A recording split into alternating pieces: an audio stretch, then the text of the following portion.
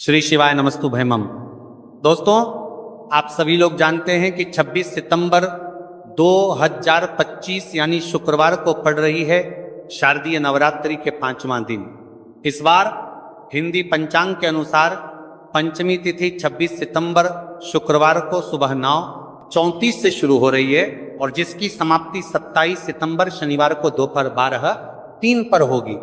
और दोस्तों, ये वह तिथि है जो आश्विन मास में पड़ने वाली सबसे बड़ी तिथि शारदीय नवरात्रि है और इसका बहुत ही बड़ा और विशेष महत्व होता है क्योंकि पंचमी तिथि में स्कंद माता की पूजा की जाती है।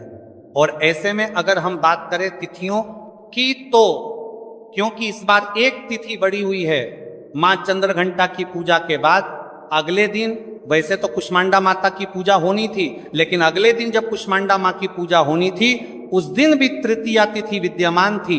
इस कारण से तृतीया तिथि 2 दिन पड़ी है और तब वहीं से जो आगे का क्रम है वो थोड़ा सा गड़बड़ा गया।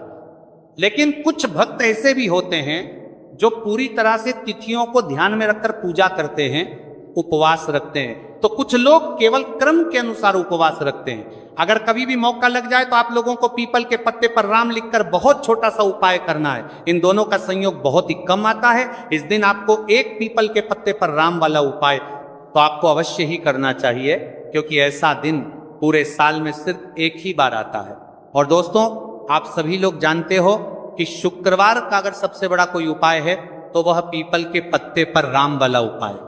तो दोस्तों, शुक्रवार नवरात्रि के 5वां दिन आप लोगों को इस पीपल के पत्ते पर राम लिखकर बहुत छोटा सा उपाय करना है। बहुत सारे लोग होंगे जिन लोगों ने इस उपाय को ना किया हो, मतलब पूरा साल निकल गया, उन्होंने किसी भी दिन इस पीपल के पत्ते पर राम वाला उपाय को ना किया हो। पर दोस्तों, आपके पार के लिए हमारी एक पहला मौका बचा हुआ है जो कि 26 सितंबर 2025 शुक्रवार के दिन है।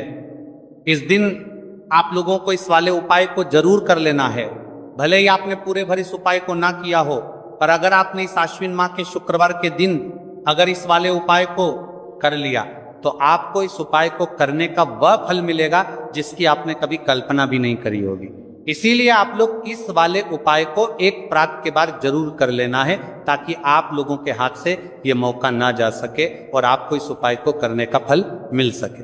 दोस्तों, ये उपाय पंडित जी ने अपनी अभी की ही श्री शिव महापुराण की कथा में बताया है। जी, इस उपाय को आज हम आपको बहुत अच्छे से समझाने वाले हैं।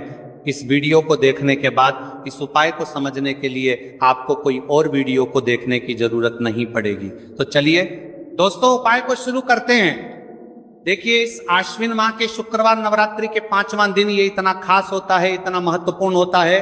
देखा गया है कभी कभी बड़े बड़े पूजा पाठ अनुष्ठान से जो मनोकामना पूर्ण नहीं होते वह आश्विन माह के शुक्रवार नवरात्रि के 5वां दिन एक छोटे से उपाय करने से ही आपकी मनोकामना पूर्ण हो जाती है।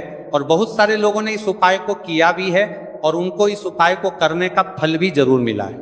अगर आप लोग भी इस उपाय को करना चाहते हैं तो आप इस उपाय को करना चाहते हैं को पहले अच्छे से समझ लेना, सुन लेना, उसके बाद करना।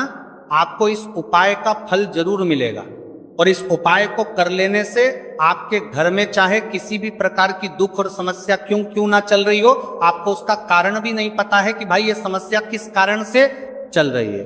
उसका कुछ भी कारण हो सकता है, जैसे पितृदोष हो सकता है या किसी भी तरह का मंगल दोष भी हो सकता है। तो इस दिन आप लोगों को ये वाला उपाय कर लेना है। ये एक ऐसा उपाय है जिस उपाय को अगर किसी विशेष दिन पर किया जाए तो भाई उस विशेष दिन का जो है वो तो हमें मिलता ही मिलता है, पर हमने उस दिन पर इस उपाय को किया है तो हमें उससे भी बड़ा फल मिलता है और फल बहुत जल्दी मिलता है क्योंकि आप इस उपाय को बहुत ही बड़े और विशेष दिन पर कर रहे हो।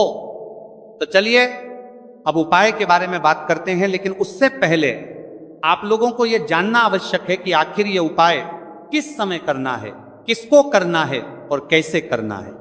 तो चलिए हम आगे आपको वीडियो में एक एक करके बता देते हैं, लेकिन उससे पहले अगर आप लोग हमारे चैनल पर पहली बार आए हैं या फिर मेरी आवाज आज पहली बार सुन रहे हैं तो हमारे चैनल को सब्सक्राइब जरूर कर लेना और इस वीडियो को लाइक करके कमेंट बॉक्स में श्री शिवाय नमस्तु भय ओम नमः शिवाय जरूर टाइप कर देना। तो दोस्तों, इस पीपल के पत्ते पर राम वाला उपाय को हमें इस शुक्रवार के दिन कैसे करना है, किसको करना है, किस समय करना है और कहां पर करना है, ये सारे सवालों के जवाब आपको इस वीडियो में मिल जाएंगे।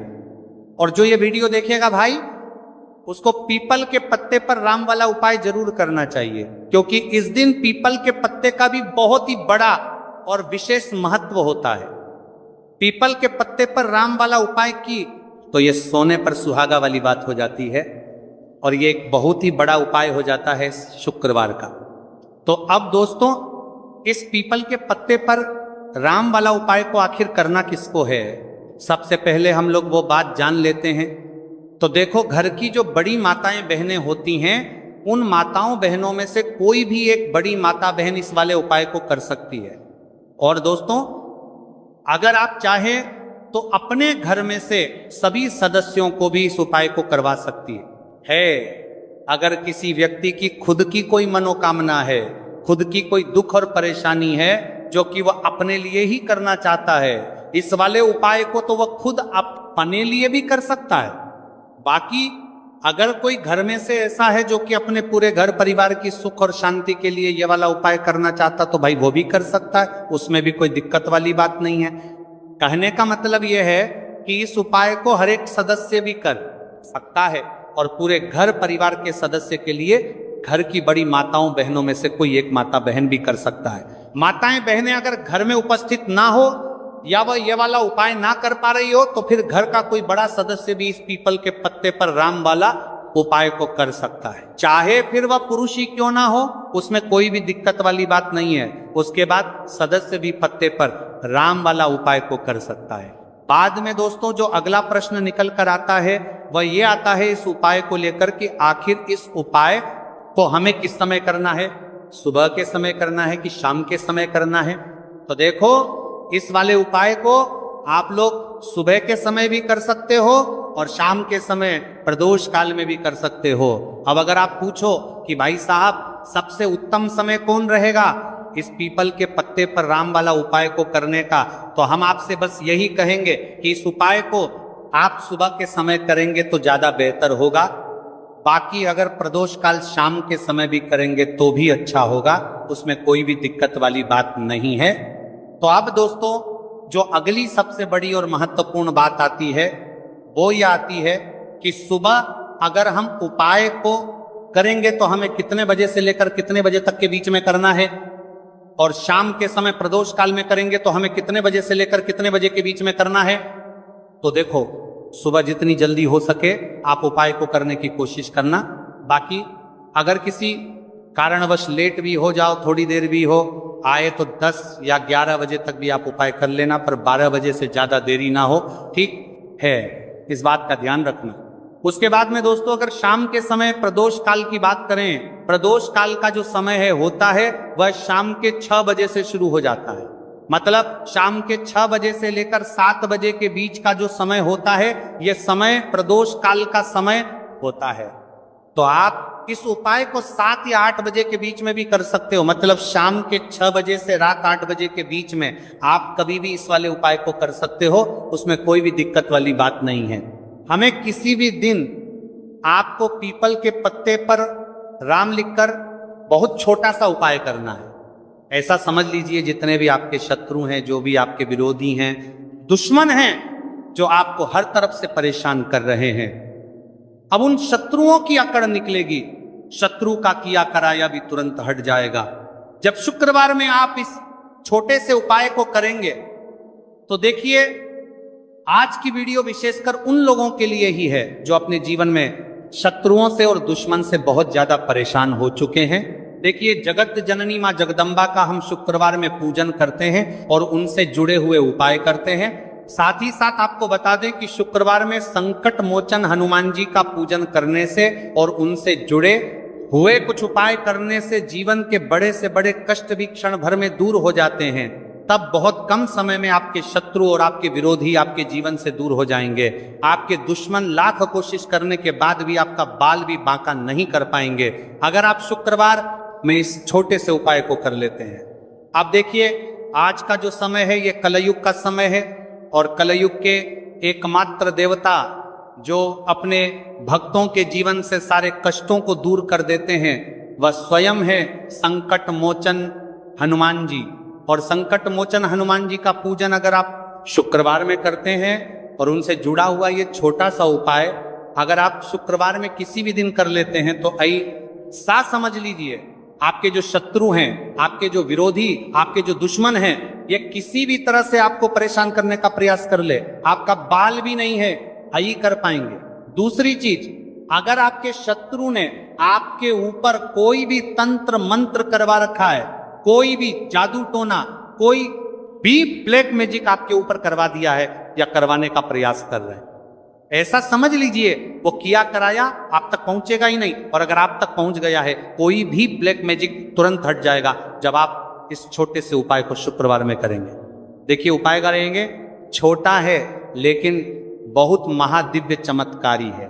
मतलब उपाय को करने में ना तो आपका ज्यादा समय जाएगा, ना ही इसमें आपके ज्यादा पैसे लगने वाले हैं। और ऐसा समझ लीजिए कि एक बार ही अगर आपने इस उपाय को शुक्रवार में कर लिया तो इसका महादिव्य चमत्कार आप खुद देख लेंगे। तो शुक्रवार के जो 9 दिन होते हैं ये बहुत ही सिद्ध दिन होते हैं। मतलब शुक्रवार के दिनों में 9 माता रानी हमारे घरों में आती हैं, अपने भक्तों के जीवन से कष्टों को दूर करती हैं। साथ ही साथ आपको बता दें कि शुक्रवार के टाइम पर जब भी आप संकट मोचन हनुमान जी के उपाय करते हैं तो माँ दुर्गा की आपको असीम और विशेष कृपा मिलती है। माँ दुर्गा आपसे बहुत जल्दी प्रसन्न होती है और आपके सारे संकटों को वो दूर कर देती है। तो पीपल के पत्ते में और पीपल के पेड़ में होता है।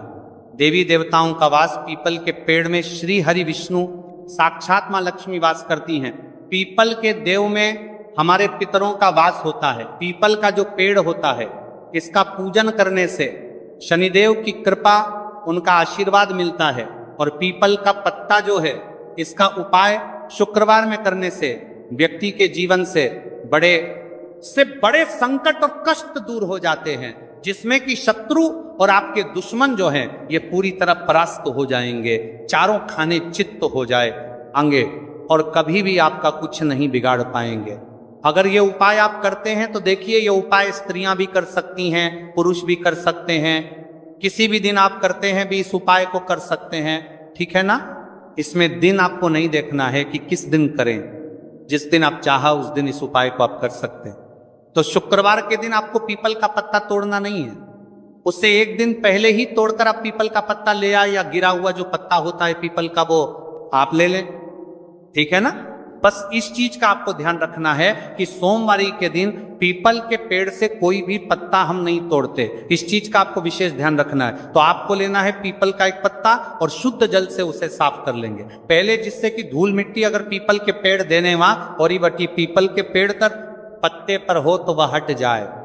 फिर गंगा जल का थोड़ा सा छिड़काव यानी थोड़ी सी छींटे आपको इस पीपल के पत्ते पर मारनी है और इस पीपल के पत्ते को फिर कपड़े से पोंछकर आपको साफ कर लेना है, बिल्कुल सूखा लेना है। अब आपको लेना है थोड़ा सा सिंदूर, जो केसरिया वाला सिंदूर आता है जो हम संकट मोचन हनुमान जी को चढ़ाते हैं, वह केसरिया सिंदूर आपको लेना है। थोड़ा सा जल डाल के इसे गीला कर लेंगे और इसी सिंदूर से इस पीपल के पत्ते पर आपको भगवान राम का नाम लिखना है। अब किससे लिखेंगे? माचिस की तीली ले सकते हैं, उससे लिख सकते हैं, किसी भी तरह से आपको भगवान राम का नाम इस पीपल के पत्ते पर लिखना है। लिख लिया। एक आपको चमेली के तेल का या सरसों के तेल का दीपक तैयार करना है और एक कोई भी आपको लेनी है मिठाई में। यहां पर आप बूंदी का प्रसाद ले सकते हैं, बेसन का लड्डू ले सकते हैं, और अगर आप इमरती ले लेते हैं तो यह और भी उत्तम है। देखिए इमरती का जो भोग होता है ये संकट मोचन हनुमान जी को बहुत ज्यादा प्रिय है। अब ये सारी चीजें लेकर आपको जाना है संकट मोचन हनुमान जी के मंदिर में। तो देखिए सबसे पहले आपको संकट मोचन हनुमान जी के सामने ये दीप प्रज्वलित करना है जो आप लेकर के गए हैं। आपने चमेली के तेल का दीपक तैयार करा है या सरसों के तेल का, सबसे पहले दीपक आप जला देंगे और दीप जलाने के बाद आपको जो पीपल का पत्ता आप लेकर के गए थे वो पत्ता आपको संकट मोचन हनुमान जी को अर्पित करना है, वहां चढ़ाना है।